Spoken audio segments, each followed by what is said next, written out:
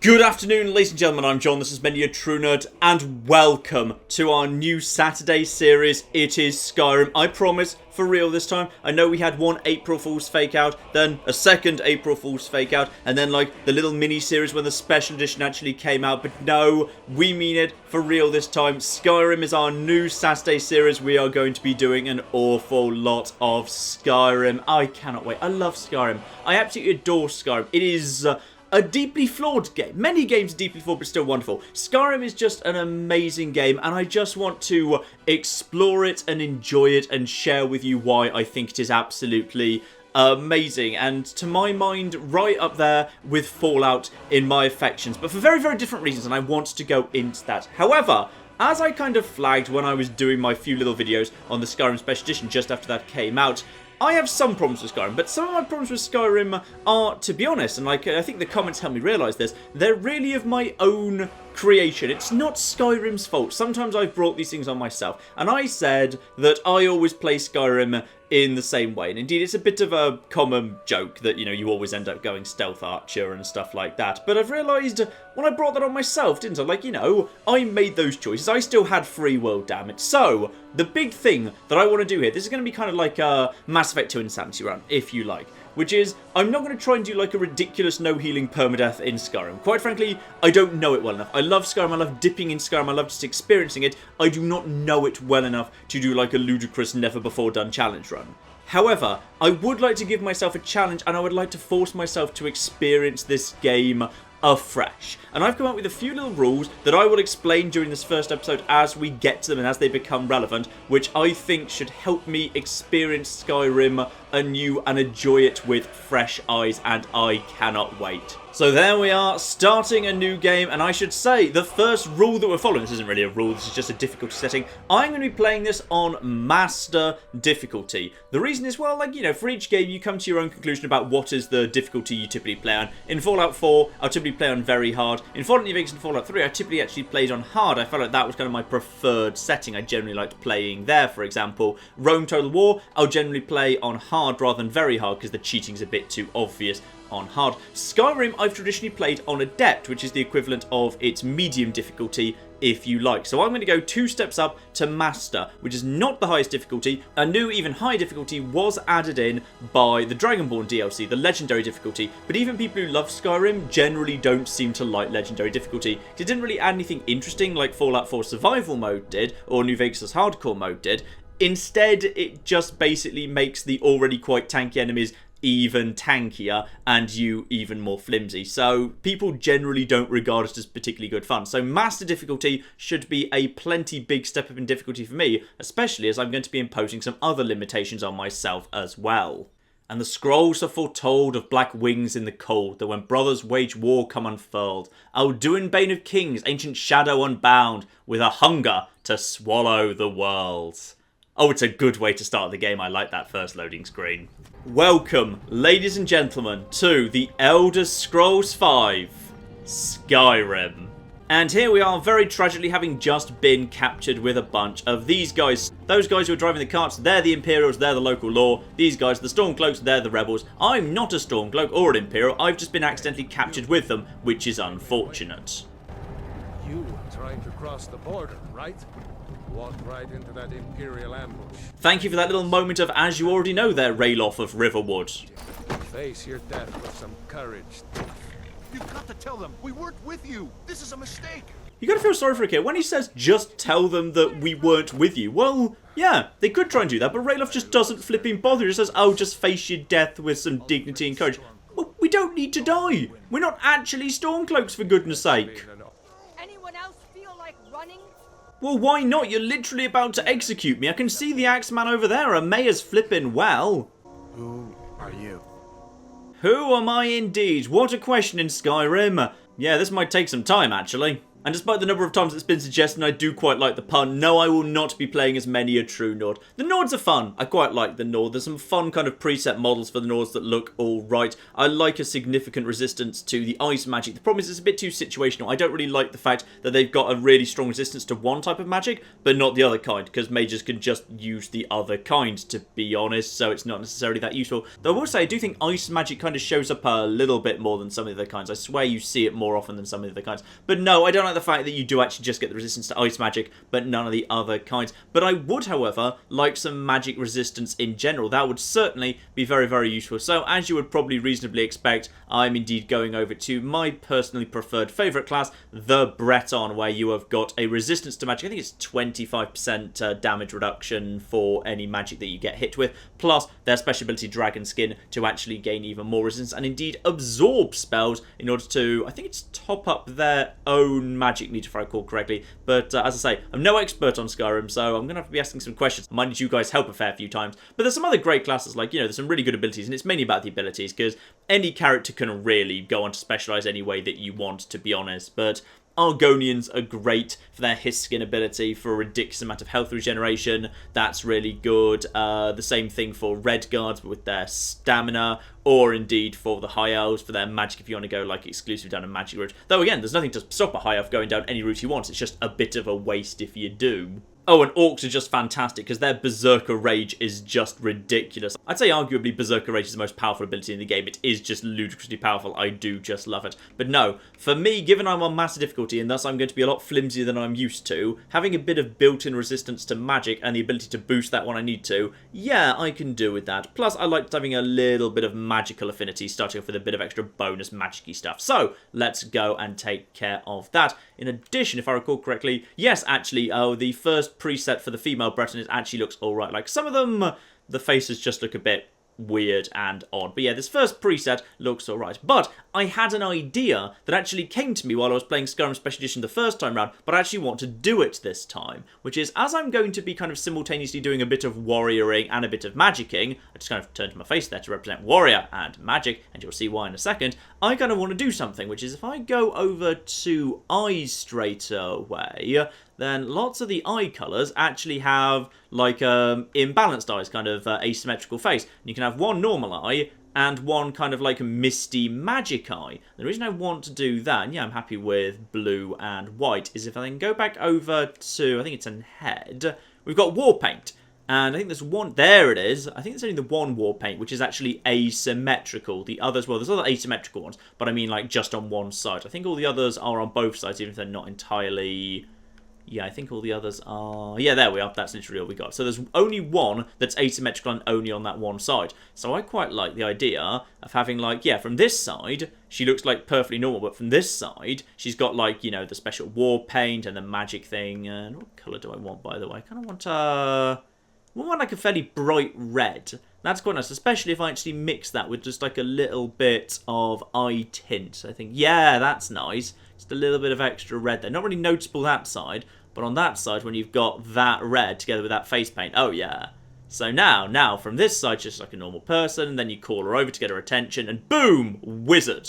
And even better, I just found that we've actually got an asymmetrical hairstyle as well. You can have this hairstyle, or you can add on a braid, which is on the magical side. So you've got the magical braid and the not magical side. There we are, that's quite nice. And very often in this game, I do go for, like, the redheads. I feel like this time, actually, she actually suits... kind of more of a brunette. Kind of that sort of a brunette, or maybe slightly... Actually, no, we'll go for... Yeah, that's a good kind of middle ground between redhead and brunette. I think that actually quite suits her with the extra braid as well. Though I could have the... No, I don't want it to be red as well. I think it'd be a bit too much red if we had the red face paint and the red hair. Yeah, that there will actually do quite nicely. I really like the way she looks. That's really, really good. So, you know, when she's, you know, getting her photo taken to go on her Tinder profile, that's the angle she'll go for. Then she'll show up on the first date and boom! Surprise, she was a witch all along. So there we are with the black bar rather unfortunately covering up her one most distinctive feature. Say hello to our new character, John. She's not on the list. Forget the list. She goes to the block. I'm going to enjoy murdering you so much when that becomes an option in about 5 minutes. Well, on the plus side, we do know that we have got ourselves a really lovely, nice execution. Like, if you look through history, there's so many tales of completely botched executions by beheading. Like, until the French perfected the guillotine, well done to the French for that, by the way, beheading was really hit and miss, quite literally. Like, so many beheadings of really important figures in history. Like, it took several blows and didn't quite go right and stuff like that. Yeah, we've got a good headsman here. We should be thankful for that, guys, alright? I hope you're all very appreciative. Obviously, by the way, the Breton, the random Breton who they know isn't supposed to be executed, goes next. Not the captured king who, if they kill him, the civil war will be ended. No, no, no. Let's save him for last, damn it. And would you believe, in just a second, to save me from execution, here comes a dragon. It's Alduin, the Bane of Kings and diddly diddly dee. We'll be running into him several times during the game, and incidentally, at no point will we ever say thank you to him for actually saving my life here, but never mind. Also, he just literally... I don't know if that was just an accident. Did you just see that? He actually just got hit by his own fireball there. But he just got bopped on the head by a fireball he summoned down. Let's go inside and be on our way, because sadly, I can't loot these lovely corpses, because my hands are indeed bound. Hello, Rayloff. Interestingly, they lock the door behind you. This is a fun thing I never noticed before. I just discovered this today. If you actually run up through the tower, and then in a second, Alduin will just pop through and say, hello! And then he'll breathe fire and whatever, and he'll kill that guy. And interestingly, his fire has extremely limited range, because that did not touch me. If you run back downstairs after that point, the door's been reopened. I don't know why the door's been reopened, so you can get back outside if you want to. It doesn't really do anything, because your hands are still bound, so you still can't loot or anything. It would be nice if you actually, you know, unbound my hands now, given I'm about to do a really big leap by having my hands free so I can steady myself would be great. But never mind. Right, up, up, up, up, up, and jumpy, jumpy, jump, and...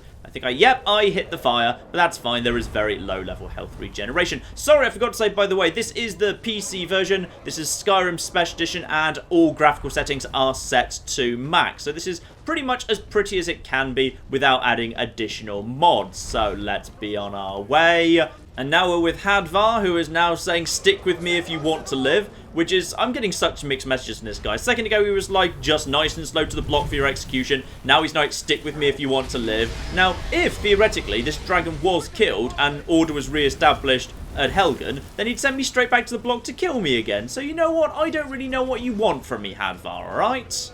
Oh, I actually did just get flipping hit by the dragon's shout there, I think. I just got knocked to the ground by the dragon. Beautiful. So yeah, for whatever reason, Hadvar's just like, it's you and me, prisoner! Let's go! Not this woman who's, you know, still alive and badly bleeding on the ground. We don't care about her. Or this warrior who's kind of basically giving his life for the defense of Helgen. No, we don't care about him. Or any of your soldiers who, like, you know, work for you and are literally trying to take out a dragon right now. No, no, no. We don't care about any of them. It's just you I care about, and I think he's about to come and probably grab someone off the walls. Come on, come down to a swoop. No, no, he's heading over there. That's a shame. Pretty sure he comes and grabs one of those guys in a second. Yep, here he comes. Yay! And off he goes. Oh, don't worry. I'm going to catch you. I'm going to catch you. I'm going to catch you. Oh, no, sorry. You fell the other side of the wall. I did try. Right, now you have to make a choice. Do you want to enter the keep with Hadvar or Rayloff? Makes literally no difference whatsoever. You're not picking right now whether to side with the Imperials or the Stormcloaks. Because, yeah, like, if you go with Hadvar, he'll actually put a quest marker in your journal. Say, hey, go to Solitude and join up with the Imperial army properly. And Rayloff will do the same, telling you to go to Windhelm and join up with the Stormcloaks properly. After you join up with Rayloff, you just head to Solitude. Or if you join up with Hadvar, you can just head over to Windhelm and join the other side anyway, so it makes no difference. However, as it makes no difference, there is actually one sensible option, which is, even though, well, you know, just morally, I feel more inclined to go with the Stormcloaks right now, because they haven't tried to execute me today, Hadvar. But, yeah, you actually always want to go with the Stormcloaks, and, oh, uh-oh. I'm just going to run over here for a second. No, I'm not going in with you, but I am just going to stay away from the dragon, who's probably about to eat that guy or something. Yes. Oh, good, he's gone. No, we're good. Yeah, you always want to go with Rayloff, because if you are with Rayloff, then you fight Imperials, and if you're with Hadvar, you fight Stormcloaks. The thing is, Imperial gear's worth a huge... Oh, he's about to... You think he just landed on Hadvar? That's good. Yeah, the thing is, if you're with Rayloff, you're fighting Imperials, and Imperial gear, which therefore you're looting off the corpses, is worth a lot more to sell down the road, so you get a lot richer with Rayloff than Hadvar, and he just was so not phased at all by the dragon landing near him. You know what? Let's just go in and join up with Rayloff, shall we? Yeah, especially as there is now a dragon right over there. Uh-oh, yeah, get inside. There we are, bindings released, I've got my hands free, so now I can start interacting with things. So, Gunyar, I will have your axe and your clothing and your boots. Lovely. press X to ready my weapon, or indeed just press RT. I'm using a controller. Pretty standard stuff in terms of the swingy of weapons. So you've just got your basic attack, just tap for a basic light attack, or hold for a big heavy attack, which is good for kind of staggering enemies, battering through shields if they've got a shield up or they're trying to block. Combat's not exactly complicated. It gets a bit more interesting later when you've got lots of different abilities. However, because I have a magic user, and indeed actually, even if you're not a magic user, literally everyone gets this, you do actually get other abilities straight away anyway. You've got your basic flames ability. Literally everyone starts off with the ability flames. I think that's wrong, and that should be exclusively for characters with some form of magical affinity, like elves or Bretons or whatever, and everyone else should have to buy the flames thing, but whatever. And ditto healing as well. So just going to quickly favourite all of these, because these are important, and we'll set Dragon Skin as my ability. So yes, if I'm being hit by magical stuff, absorb 50% of magicka from hostile spells for 60 seconds. Very, very useful indeed. To go with my Conjure Familiar ability, which I start with because I am a Breton, so we may as well get that down. Yes, my magic is straight down to low. Now I'm just going to summon a Ghost Wolf,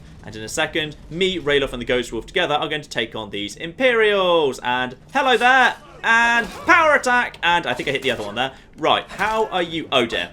Don't go for me, go for Ralof. Oh, flip. Right, you know what? I should probably sprint. No, it's not LT to block. LT because I've set something up. I think the game's assuming I wasn't going to do that. Right, I'm just going to retreat to Ralof for a second. So I'm going to take on both of these guys simultaneously. Yeah, Ralof, help me please. Thank you. Lovely. Let's get Ralof on side here. Also, let's just quickly move back over to Flames. And assuming my wolf is still alive, let's just get some fire damage. Yeah, fire damage on you, because that will do burny damage over time. Yeah, now she's distracted. And, oh yeah, enemies are quite tough right now. And, incidentally, fire and fire.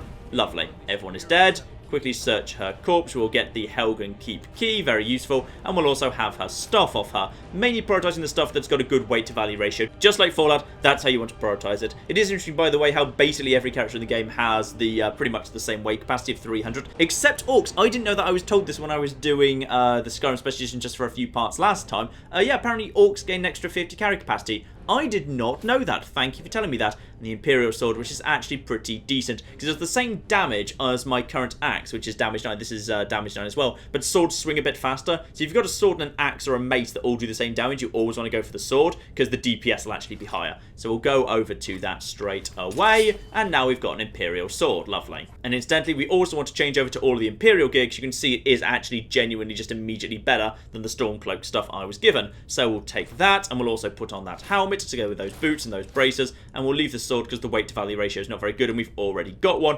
Unfortunately, unlike Fallout 3, there's no weapon degradation, so you don't need to bother with more than one of anything. And there is John's familiar, my lovely ghost.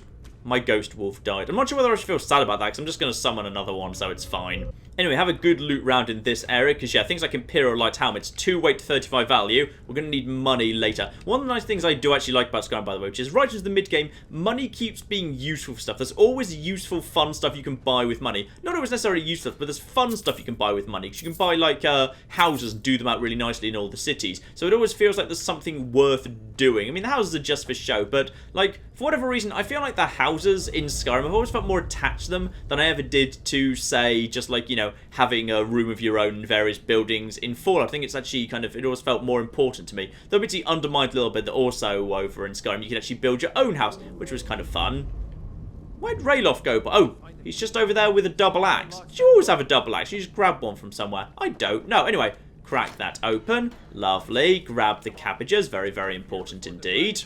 Here's something I hadn't really realised that Skyrim didn't do. If you're creeping and you click to sprint, you don't. You need to actually come out of creep in order to start sprinting. They fixed that in Fallout 4, because Fallout 4 kind of figured out, yeah, if I'm currently sneaking but I hit the sprint button, I probably don't want to be sneaking anymore. But no, it doesn't actually do it. That's interesting. Oh well, never mind. Just need to remember to do that. Go through here, and would you believe there's going to be a, yep, massive cave-in. Bloody dragons, eh? Always causing trouble. Right, go into sneaky mode. Let's see if we can sneak up on the Imperials in this next one. I don't think you can, because I don't think, well, maybe if you were like a really sneaky character, like the Kadjit, for example, you might be able to... Oh, I hadn't noticed that before. There's flipping... Oh, Ralof, you ruined it. Yeah, the... hang on, let me just get around the side. And fire, fire, fire, fire, fire, fire, fire, fire, fire, fire, fire. Right, you're dead. And now just put some fire damage on you. Oh, yeah, that still does good damage even on Master. And get around the back of him. help him out. Ooh, stab him in the back. Just don't stab him too deep, or you will also stab Ralof. Instead, that gets my one-handed skill up. If you've never played Skyrim before, and you're more familiar with, say, the Fallout stuff on my channel, Skyrim works very, very differently, which is Skyrim favours the theory that you get better at things by doing them, rather than kind of leveling up by gaining XP and then basically assigning those skill points where you want. Instead, in Skyrim, by doing stuff, you gain levels into skills, and if you do that enough times, then you level up out of that and get a perk from that. It's a very different way of doing it. I love it as a way of doing it. It basically means characters grow very, very organically, which I've always been very, very fond of indeed. It has its own problems, and we'll discuss those as they come up. And incidentally, while we're actually here, don't forget to loot the pantry, help myself to some garlic and all sorts of bits and pieces, go through all of these barrels, leave these two people in a slightly embarrassing position for their colleagues to find them later. Yep, grab all of the potions. And don't forget the food. Food can be very, very useful indeed. Ooh, potatoes, definitely. We've also got a kettle I can pick up, so you can pick up items just like you can in Fallout, but what I really want to do with this kettle, because the kettle like naturally falls to be with the open bit down. If I can just get up to Ralof, come on, come on, come on, come on, come on, come on, and you go, no, no, no, Ralof, no, there, you know, yes, no, no, Ralof, hold still. Ralof, get the... You're having a kettle on you. Oh, well, fine. You know what? We'll do that later. For now, we need to take out a lovely little... Just get rid of that, by the way. Yes, we've got ourselves a torturer. And then we'll just get some fire damage on him. And torturer. Get some one-handed experience in. Alright, so everyone's a bit more tanky than I'm used to. But it's not so bad yet. But possibly because I am admittedly a little bit... Oh. I was about to say, I really hope I didn't just hit one of those and really annoy them. But no, he was just running towards me to check if I was okay. Right. Clear out his stuff as well. Very, very useful indeed. Could go over to an iron mace, but I think I'm happy with my sword for now. Ooh, torturer's hood. That's nice. We'll grab one of them. And I believe back here, we've got ourselves the first shield of the game. I don't think you can get one earlier than that. Lovely. And a hidden book down there. I just actually reached the B button to actually turn on my Pip-Boy light. No, no, it's going to take a moment of adjustment. Remember, it's not that Bethesda game. Also, just quick. Ooh, you can actually... Oh, you can open the shackles. And if you do, you can have his skull. That's nice and probably disrespectful to the dead. I think there's also a few more lockpicks in this knapsack. Yep, there we are, together with even more potions. Don't need them yet, because I do actually have healing. But yeah, the game gives you a bunch of potions, just in case you haven't realised you've got healing. But yeah, you've got healing all times, which is kind of nice. But yeah, if I need healing, I can heal, which is lovely. But yes, let's not worry about that for now. Instead, let's just crack open all of these cages. Exactly the same minigame as you'll find in modern Fallout. But kind of like, actually, it's a bit of an interesting kind of cross between Fallout 3 and Fallout 4's in difficulty. Because like Fallout 3 and New Vegas are really generous with like the lower level locks, like how you do them. Fallout 4 was a little bit more brutal. You know, the picks broke more regularly in my experience, and generally it was kind of hard to find the exact right spot to go into. I think Skyrim was kind of in the middle. The points you could actually kind of put the pick to were relatively generous, but the pick struck me as fairly fragile. I think they broke quite a lot, like more than in Fallout 3 or Fallout 4 or Fallout New Vegas, in fact, incidentally. And here, we've got our first interesting choice. One, we've got a spellbook of sparks. That's not a choice, that's just a good thing. We've got a dead mage, meaning we've got mage gear together with minor magic potions. So we've got a hood for 30 magic points, and we've got novice robes for 50% faster magic regeneration. Very, very useful indeed. That's a massive upgrade of 50% right here, but the armor rating is 0, which would leave you incredibly vulnerable. For that reason, what I think I'm going to do right now is I'm going to go over to, and incidentally, don't forget to drop your foot wraps and your, I think it's ragged something. No, sorry, rough spun tunic, because they are basically worthless, but they are taking up a little bit of space in your inventory. I'm going to go over to the novice hood to get my magic up from 100 to 130, because that's a big increase at this low level. So I may as well do that. I'm also going to just favourite the iron shield, because just for the moment I do need that. I'm not going to go with the novice robes, though. I think I'm a little bit too fragile for that for now. If I did want to do that, I'd probably need to like specialise in like alteration and learn some spells to increase my like damage resistance, even while I'm not wearing like proper armours. But I'm not going to do that just yet. Instead, I'm also going to get rid of this, because it's taking up a bit of space I'd rather spend on other stuff down the line. All the rest of this, however, should be alright. Actually, I think there's basic... Yeah, basic fur boots aren't very good. We'll get rid of them as well. Also, don't forget to always sample the ingredients. Delicious, delicious, delicious, delicious. Lovely. I've just got myself resistant to frost and poison, but weak to magic and probably something else as well. Yes, yes, yes, don't worry, I'm done there. But I am, by the way, just going to grind up my lockpicking a little bit more here. So you go on without me if you want. And you can see there at the bottom, as soon as I've got to this one, I will go up to 16 lockpicking and make progress towards level 2. Elegant system. I always did like how Skyrim did it, even if, yes, it was a little bit open to abuse, which we'll talk about down the road. And we found some more Stormcloaks. Now, you go and talk to your friends for a second. I'm just going to quickly loot these skeletons, by which I mean basically grind their bones down into bone meal. So that's fine. Don't look at me funnily while I'm doing that. And also don't look at me oddly while I actually start shoving it in my mouth to seeing what it tastes of. Ooh, it tastes of hurt stamina. Dear, oh dear, oh dear. Right, let's be on our way. Shall we? I don't think there's anything else we need in here. Come on, Rayloff. Now, these guys are going first. I'm going to drop behind and let them go first, because we're going into probably the most dangerous room we've been into yet so far. Bunch of Imperials in the next room. And I want to do something in particular while these guys are drawing the fire. So I'm just going to sprint past this guy here if I can, and I'm going to head round the back here, because here we have got ourselves a bunch of people standing on oil! Lovely, which will do a very good amount of damage to him. Lovely. Much of actually his death counts towards my destruction skill, by the way. I would assume it would do. Are you guys, everyone here dead? Yeah, I think you've already cleared out one of these guys. Oh, not one of them. You. I'm just going to put some damage on him, and then I'm just going to hit him in the back. Doesn't actually make any difference where you hit them as far as I'm aware. Like, they can't really block while they're facing away from you.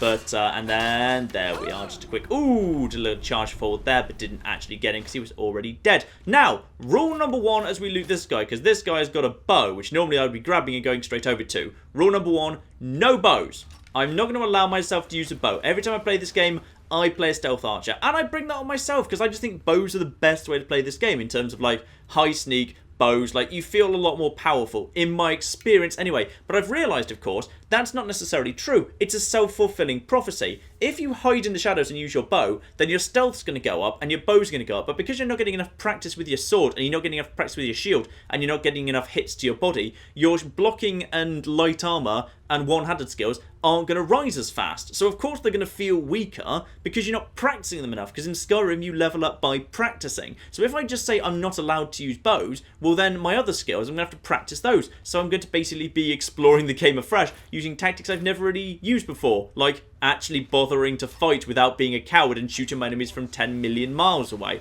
So that'll be nice, and I think, from the fact you all look calm, you guys are in fact done. But don't mind me, I am just John the Looter, and I need to... Ooh, good death pose! That there is a rock star death, marvellous. Also, really loving the heat haze. The heat haze off your hand when you've got the flame magic out. That's really cool. I do genuinely like that. Right, let's be on our way, Raylov. Hit the lever. I think we're now past the Imperials. I think we're fighting more Imperials. Now we're into just the creepy crawlies. But would you believe creepy crawlies in this game are a little bit larger. Raylov, over the bridge, please. I think there's got to be like an event where the bridge collapses in a second. I always miss this, by the way, which is... Oh, I think we're going to miss it this time as well. Yes, I did. Right, the bridge is supposed to have just collapsed, though I just missed it. Yes, lovely. So we definitely can't go that way. Though you can just drop straight down here in order to get round this back area, in order to get yourself just another potion, a bit of money. You can just clamber up this way as well. But I just missed, actually, for ages, that like the rock slide you hear is back here, and that's why you're blocked off from your friends, and you have to join up, or if you don't actually meet them later. I assume Rayloff goes and finds them later. I'm sure they found another way out and everything was fine. Still, let's be on our way down into the spider caves. Don't like the spider caves. I wonder how tough spiders are going to be on master difficulty. I should demonstrate this, by the way. Sorry, just so you actually do know. System, settings, gameplay, master difficulty. That is what we are doing. Lovely. And straight ahead of me there are a couple of spiders, and a few more will enter the room later. Of course, this is the exact moment I would love to get out a longbow and just shoot those guys, but I'm not going to do that. Instead, I'm just going to go over to my Conjure Familiar, bring in my Ghost Wolf, and he will help block for me. And in fact, Raylov, would you mind not running ahead, please? Instead, let's go over to the Iron Shield, and in we go. Just avoid you. Couple of guys here. Raylov can really make light work of these guys. They actually hit not so bad. My health is low, apparently. Really? Oh dear. My health is... Okay, so I got hit by some poison there. Master difficulty, poison. Right, go for a bit of healing there. Fortunately, healing is instantaneous and in a menu. And by the way, I'm just going to go over to healing right now, which is... Yep, there we are. Screw you, screw you, screw you, screw you, and screw you. Yeah, okay. Watch out for spider spit. They take damage pretty easily, but yeah, the poison damage now is really brutal. Ugh, right, let's also get the frostbite poison. Not really going to be that useful. Like, it's one of those things you gather, and I'm going to make an effort to use it, because if you do put it on your blade, it does actually, like, the first hit after you put it on your blade does actually work. Like, you know, normally I think about it as something you do with arrows, but you can put it on swords. There's no reason not to, really, and I swear I should have more than... I swear I should have one more poison. Do I have one more? Oh, wait, hang on. Yep, there was one at the back there. Lovely. Buried under his friends. Marvellous. Now, let's just very quickly ransack all of the various corpses here, because we'll get ourselves, yes, a skeever tail. We will definitely be shoving that in our mouths to see what it tastes like. And turns out there's nothing in that corpse. And also grab ourselves some spider eggs. Hold up. There's a bear just ahead. Normally I'd completely ignore Rayloff at this point and just shoot the bear with a bow, but... Master difficulty bear, when I don't have basically any range beyond my flame stream, which is actually quite short range, I'm not 100% sure, really. So he's just giving me another long bow. Some good valuable stuff here. Wine and coin purses, lovely. Just going to see if I can actually sneak up on that bear, but I don't think you can. I think Rayloff gives the game away. I think he's not very sneaky. Or possibly, actually, no, hang on. I think you can actually double do this, because to get, oh. No, we're hidden. There we are. Detected, back to hidden, lovely. I think if you just sneak along here, the game gives you a free point of sneak. Yeah, it's just a free point sneak. I'm pretty sure that's like guaranteed. I think it might just be hard-coded into the game. So you can get the free point sneak there, and then go and attack the bear anyway. And if you do that, then you just basically get, you know, the bonuses to blocking and one-handed or whatever. And oh, no, I'm not. No, I'm not here. I'm not. Rayloff. Okay, I'm just gonna hide behind Rayloff for a second. Rayloff. Okay, this one's yours. Okay, go on, Rayloff. There you go. On you go, Rayloff. Go on. There we go. Lovely. Right. Round the back of the bear. Now, and oh yeah. Rayloff hits really hard, by the way. You may notice my attack's not doing much. Rayloff's do absolutely loads. Rayloff is really powerful in the early game. I've still got plenty of weight capacity for the moment. Lovely. You kind of want to hit pretty much 300 bang on when you actually hit Riverwood, because then you can just clear out your inventory by selling it all to the Riverwood trader. So that's pretty much bang on what I'm planning to do. Basically, if you pick up like all the light armor, but just leave behind like one or two of the really, really heavy armored chest pieces, you should be pretty much bang on. Because we've got a bit of stuff to pick up before we hit Riverwood, but I'm pretty much on target as far as I'm concerned. And out we go. Out to the beautiful outside world. Lovely. And there goes the dragon flying towards Bleak Falls Barrow. And beyond that, I guess they're probably heading actually kind of towards Whiterun, I suppose. It's probably best if we split up. Good luck. He says this, but basically, like, if I fall behind, he will actually stop to wait for me. And he will also now act as a tour guide, talking me through various things we're going to be walking nearby to. You've seen the true face of the Empire here today. See, he's even trying to sell me on his political philosophy. Naturally, I'll be picking literally every flower on the road between here and Riverwood, because at least for the moment I'm going to pretend that we're going to be doing some alchemy. Meanwhile, Rayloff has now completed his journey from we should probably travel separately to let me act as your tour guide, by now telling me all about Bleak Falls Barrow over there. And as the sun starts setting, we get a beautiful red sky. Oh, Skyrim always looked really nice back in the old days. Skyrim did not actually age well. If you go back and look at the original version of Skyrim now, especially things like the shadows, just didn't age well. But oh, it's gorgeous in Special Edition again. It's beautiful. And we have just arrived at the Guardian Stones. Basically, this is just a way of giving yourself... Is there a butterfly? If it had been, I would have torn its wings off. Yeah, this is basically just a little way that you give yourself a boost. One of 3 available boosts. There are indeed 13 around Skyrim. If you ask me to draw where they're on a map, I can tell you where 4 are. And here's 3 of them. I know for certain where a 4th one is. There's one that's kind of, if you head towards Whiterun and then turn right, there's one on the road there that's got like a necromancer on it, though I can't even remember what that one does. So, yeah, we're going to be finding those together. I know the basic mechanics of Skyrim, like how some of it all fits together, but like the map and like every single location, not a chance. Incidentally, which one am I going to go for? Because very often I go for the Thief Stone, but I will say, as I'm kind of, you know, secondarily a magic user, I often feel like some magic skills lag behind and they're difficult to level up, so Mage Stone would be tempting. Alternatively, Warrior Stone. Actually, I can check what each of them covers, because I'm pretty sure, because it's like Warrior, Magic, and Thief, you can literally see it based on, like, if I go into the skill tree here, anything with the red background is presumably covered by Warrior Stone. Anything with the green background is presumably by Thief Stone. Anything with blue by the Mage Stone. Now, actually, if that's true, apparently Enchanting is warrior not magic? You would have thought enchanting with magic would be in magic, but no.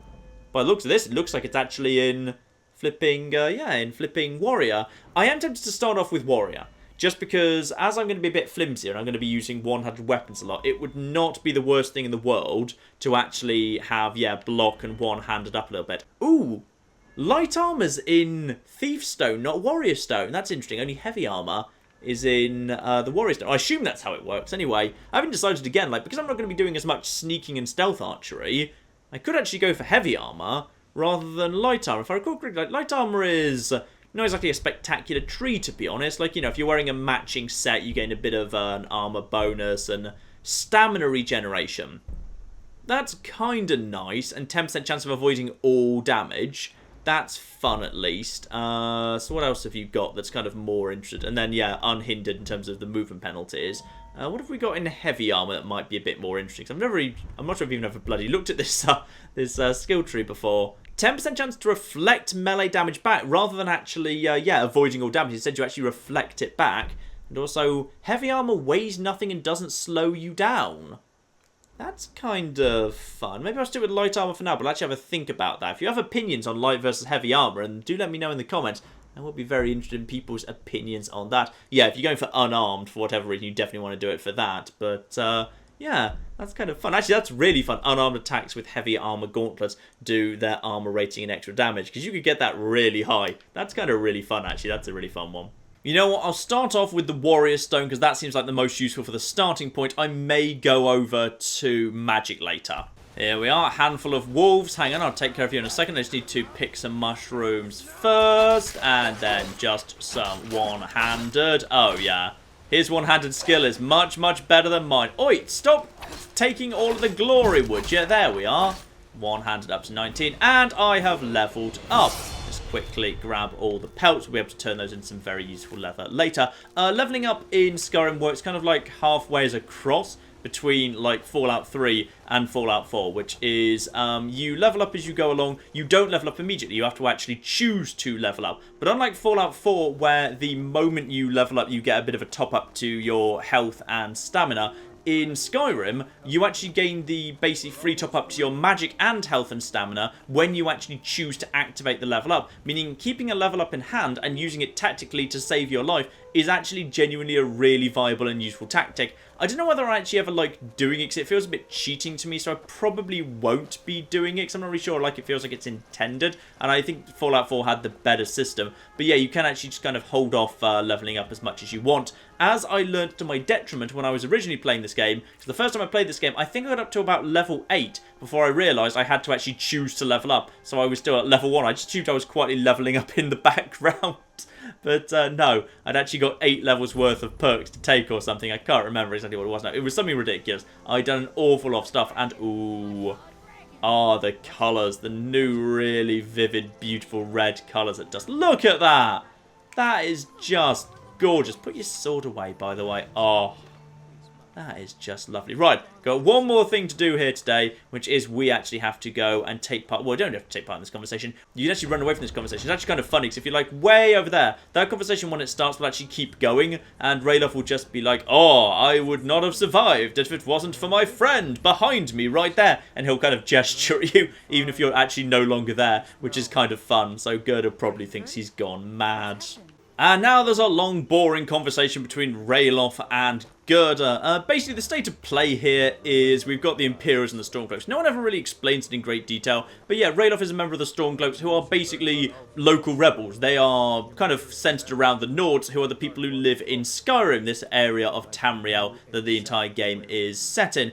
To their advantage, they lived here first. It is technically their land originally, so they probably have a bit of right to be annoyed with the Imperials coming in and just taking it over. To their detriment, however, they are massively, massively, massively racist. Like, hugely racist. You see it really badly when you go to Windhelm, where kind of basically against any form of elf, though it seems like the Dark Elves seem to suffer the most. But yeah, there's kind of an offhanded comment, but you could very easily miss it earlier from Rayloff. And it looks like the Dalmor are with them. Damn elves. I bet they had something to do with this.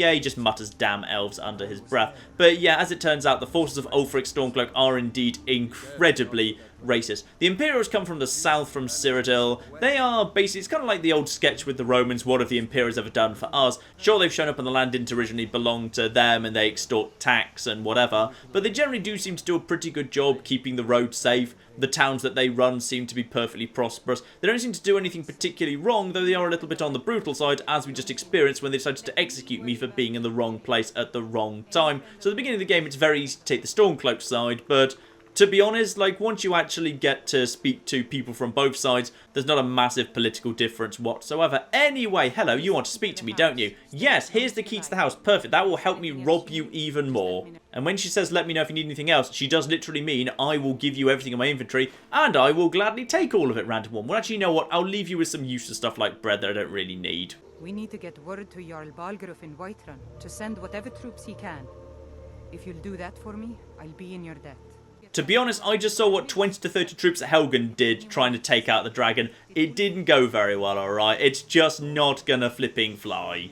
So, while they're finishing off their conversation, let's just quickly sprint to their house and rob it blind, because there's actually stuff there they want me to take and stuff there they don't want me to take. So I will very quickly be grabbing the stuff they don't want me to take that I might want anyway before they get home to keep an eye on me. Incidentally, I'll also be having this chicken's egg. Marvellous. Though actually, I think there's more on the... Yes, indeed, there are more on the table, so don't worry about that. Those are ingredients. Like, you need to actually kind of understand the difference in this game between ingredients, which is what a chicken's egg is, versus actual food, like, say, potato, or... Actually, no, garlic is an ingredient, potatoes are food. Because for the most part, foods are combined to create better foods at a cooking pot, and ingredients are instead used in alchemy to create potions, though in all fairness, plenty of ingredients are actually used for both. And incidentally, is that no, sadly, that's a sliced cheese. That's a shame. If that had been a full cheese, that would have been very useful for a reason we'll get to in time. Now let's just quickly rob the place. Incidentally, yeah, I'm over capacity at the minute, so let's just grab what I need and be on our way. Looting this game is partly randomised, by the way. Just because this wardrobe's empty for me, it might not be empty for you. You'll often find different stuff. Have a good look around. We'll find a little soul gem. Don't need those right now, but we might need those later. Incidentally... There we are. Now you've decided to sit still. You just hold still right there. And... Lovely. Bucket on head. Marvellous. Now, the fun thing is, this actually does work. I know this is a well-known thing, but just in case people who have never played Skyrim before, obviously if I try and hide right now, I am indeed visible. These guys can both see me, so therefore I can't steal things because they'd be annoyed. If, however, you grabbed things like baskets that do naturally go upside down... If you just gently put baskets... Oh, there we are. Just a little bit further, a little bit further, a little bit further. There we are. So now we've put baskets on both... Oh, gosh darn it. What happened to your flipping bucket? I just put a bucket on your head. Oh, no. I see. It's because you were drinking. You literally knocked the... He literally knocked it off because he was drinking time. Fine. If people aren't drinking, then you can actually get stuff on their head. And as a result of that, they genuinely can't see you anymore, which is kind of hilarious. Ah, now we might be able to do this nice and quickly. Let's just get the basket on his head right now, because he's the only one here. I'll wait for him to take a drink. Right, now he's... No. Yes. Perfect. So now if I go into... If I back off here so we're out of sight of him... I am now hidden, even though I'm right in front of this guy, because, unfortunately, and now I'm detected again because he's taken the basket off, so it genuinely interrupts his line of sight and can be useful for thieving, which is just wonderful. And incidentally, I'm so massively overweight at the minute, but I still want to have this wine because it's got a very good weight-to-value ratio. Incidentally, I also want to check out all of your ingredients up here.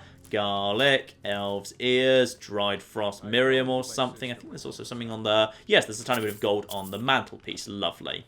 Right, dropped a couple of things that are less useful in terms of value, in which case I will now just sleep until morning. Lovely. There we are. I awake feeling rested, because in Bethesda games some things never change. Let's be on our way. Now, one last very important thing to do here, which is we have got to establish the rest of the rules. And rule number 2, after rule number 1 was no bows, rule number 2 is I am not allowed to use a forge. I'm not allowed to forge things. Now, what I mean specifically by that, yes, let's go into the forge over here, is what I normally do when I play Skyrim, because pretty much it is, in all fairness, the best way. Well, it is... on paper the best way to play Skyrim, but it also kind of ruins Skyrim, which is what I'll do is I'll come here and I will Okay, I feel like we're not forging. You see, this is why I'm not going to use the forge. I just feel like I'm not forging well at the minute.